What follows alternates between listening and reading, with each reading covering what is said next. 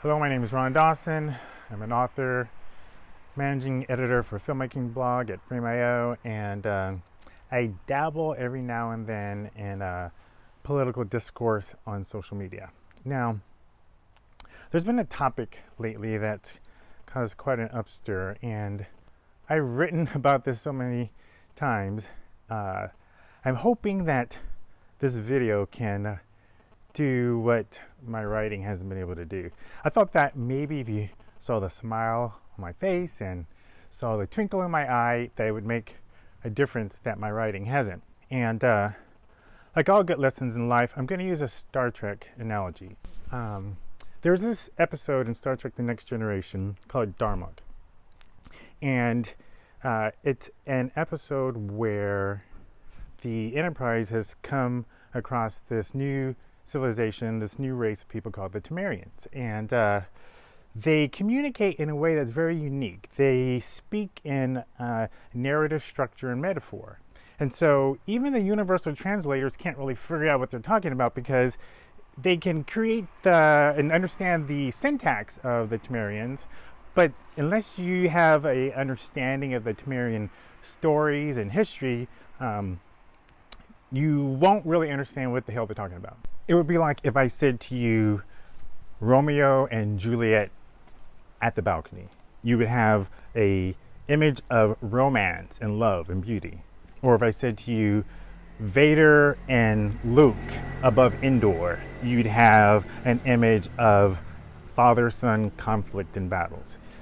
But without that understanding of those two stories, those words, those phrases by themselves mean nothing. Darmok and Jalad at Tanagra. White privilege. Are there stories and histories in my life as a black man that you cannot understand, so that when I say white privilege, it offends you?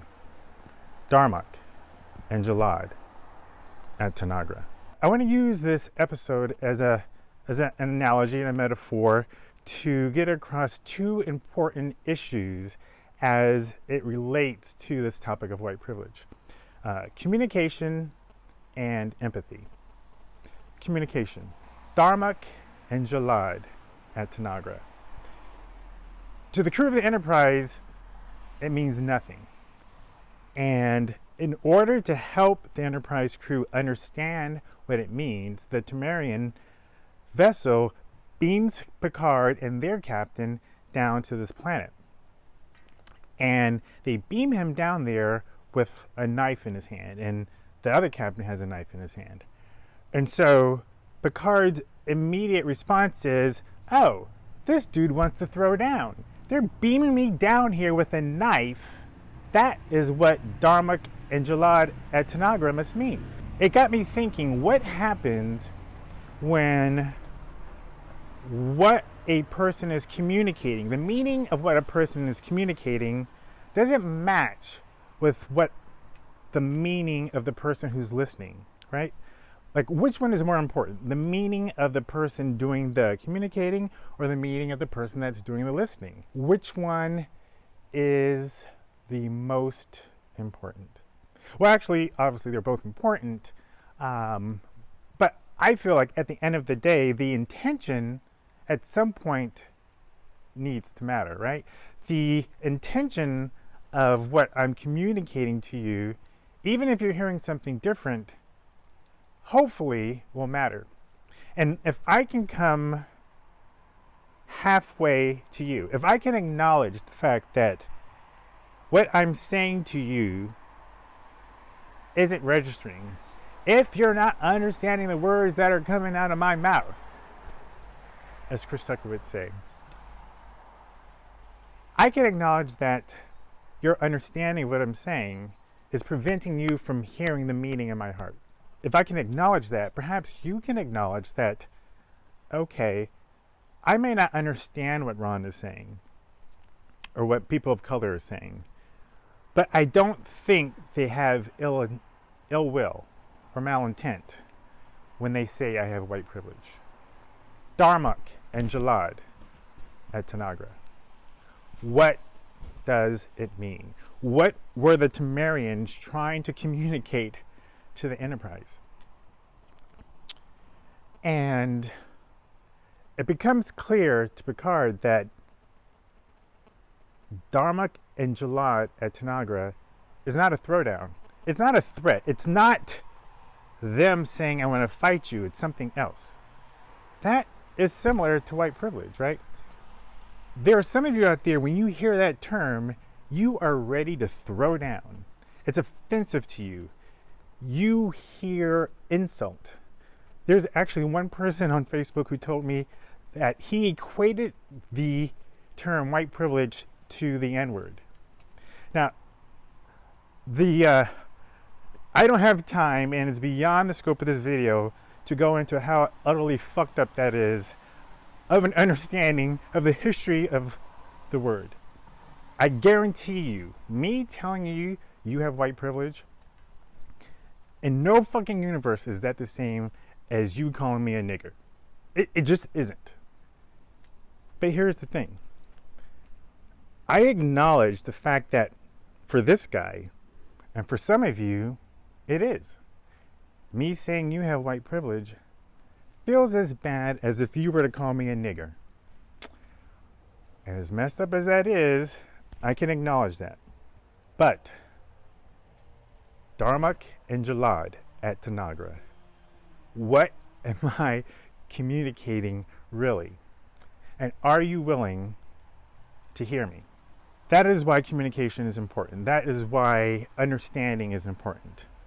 To come to the middle ground and realize, to come to the battlefield of that planet Elendril, Captain Picard and the captain of the Temerians, to do battle together against a common foe. Picard figures it out.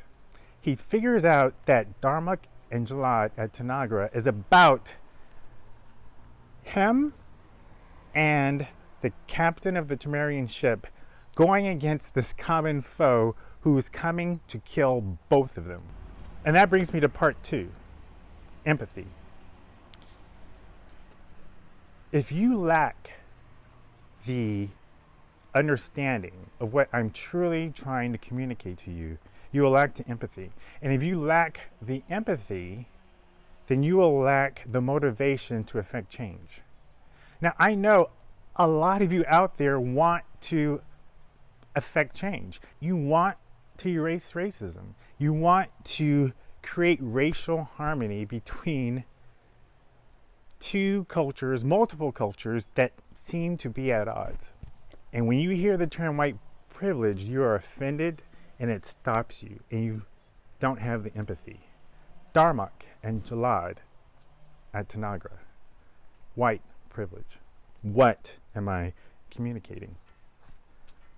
I was in this back and forth discourse with a colleague of mine, a friend, and this was a person who would frequently send me a private DM on Facebook whenever he saw some of my provocative posts. And I actually really appreciated this person for doing that, because instead of getting into it with me in public on Facebook, he would ask me privately, hey Ron, what do you mean by this? And we would go back and forth, and it was a really positive discourse. Then one day, it was sometime last year, was the topic of voter suppression came up.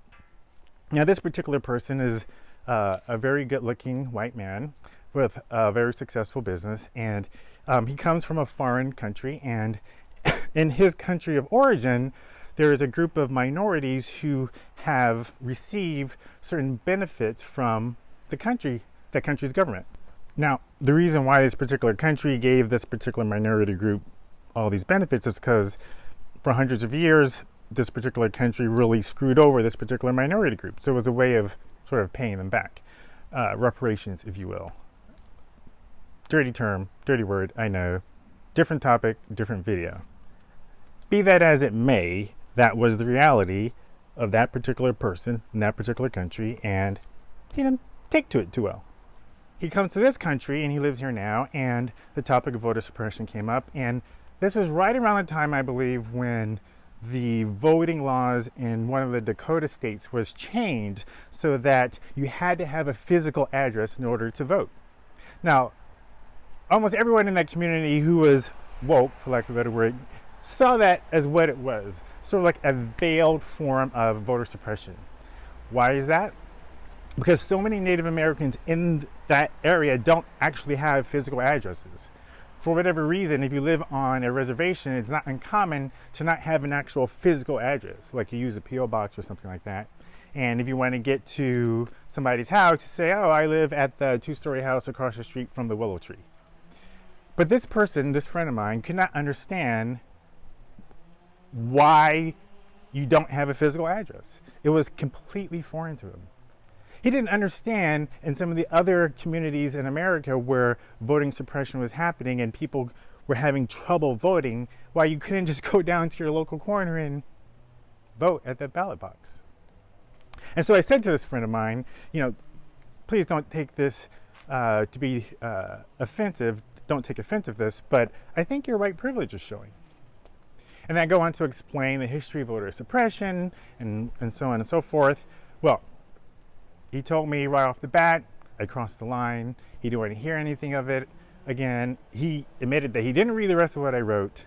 And that was almost a year ago, and I haven't heard from him since. Kind of broke my heart. Darmok and Jalad at Tanagra. What am I saying? What am I communicating?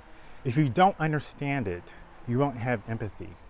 This particular friend of mine doesn't have the empathy to understand the issues of voter suppression because it's completely foreign to him. He can't understand it. So either to his eyes, it's fake, or to his eyes, it is something that, because it's so foreign, he just can't figure out what's actually going on. And he won't have that motivation to make the change. And that is why it's so important, why so many of us continue to bring it up. I'm a man, and as a man, I have male privilege.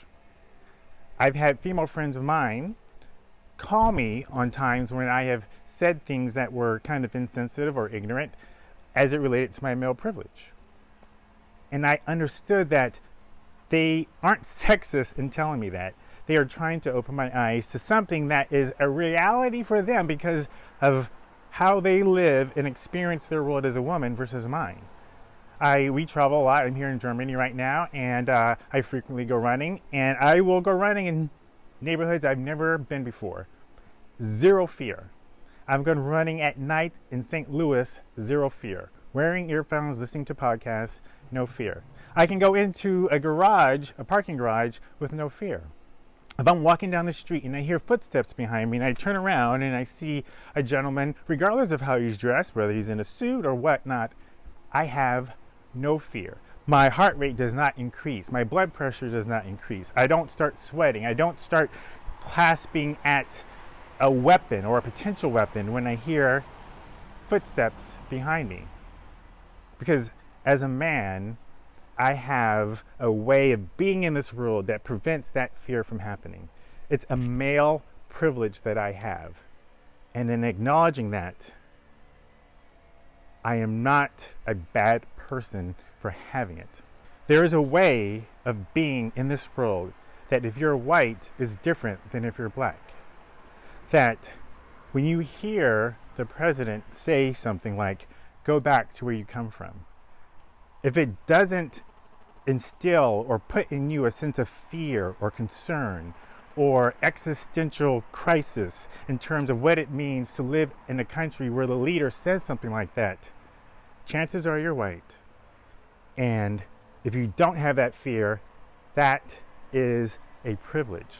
It is a privilege not to have a fear if the President of the United States says certain countries are shithole countries, or if he says that Nazis are very fine people. It is a privilege not to have any of that rile up inside you the emotions and feelings that it does. It's a privilege if you see a rally where someone jokes about shooting brown people and the president makes a joke about it. That only in the panhandle could someone say that. If there's no part of you that has a fear or a sense of concern when you hear the leader of your country make a joke about shooting brown people. That's a privilege. That's a privilege you have, that you don't have that fear. And if you don't acknowledge that privilege, or if you deny it, you lack the empathy to change. Now, I'm not talking about getting Trump out of office. If you want to vote for him, if you like his policies, more power to you. But I would hope that we can all agree that all of our leaders should be held up to a certain standard in terms of how they interact with the people that they lead. So regardless of whether or not you like his policies, I would hope you can agree that if he says things that create that sense of existential fear, that you can come alongside your brown and black brothers and sisters, regardless of whether or not you agree with them politically, and say, I understand that that hurts you. I want to use my power, my white privilege, to make a change. Whether it's voting him out of office, or whether it's just holding him accountable, or whether it's holding your representatives accountable to hold him accountable, or whether it is just understanding and realizing it and fighting in whichever way you can.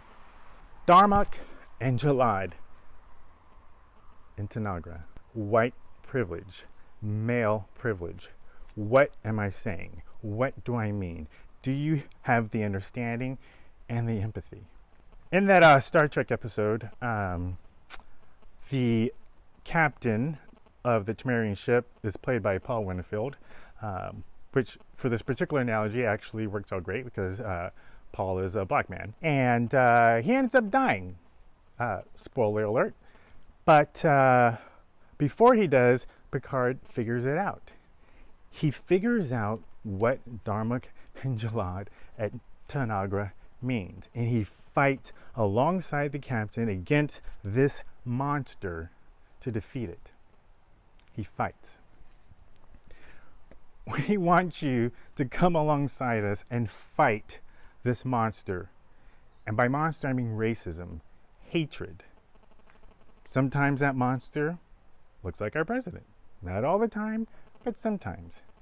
When it shows up in our president, when it shows up in our representatives, wherever it shows up, we want you to fight alongside us. Darmok and Jalad at Tanagra. White privilege, male privilege. It is not bad. It is actually good. It can be used for good, to make changes. But it only happens when you know what I'm saying. Darmok and Jalad at Tanagra. I don't want to be Paul Winfield. His character dies. There are people of color dying almost every day because of that monster of hatred and racism. And if you don't have the empathy to understand the fear and concern that we have in our hearts when we see that, you won't fight alongside. I don't want to be the character who tries so hard to convince you that Darmok and Jalad at Tanagra, white privilege, male privilege, is not a call to blows. It is a call to come alongside and be an ally. It is actually a privilege for me to acknowledge your white privilege and your ability over mine to make changes that I can't.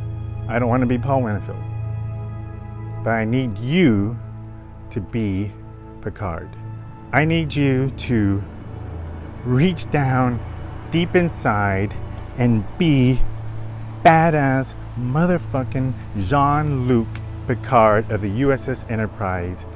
Figure out what I'm saying. Figure out Darmok and Jalad at Tanagra. White privilege, male privilege. Be Picard.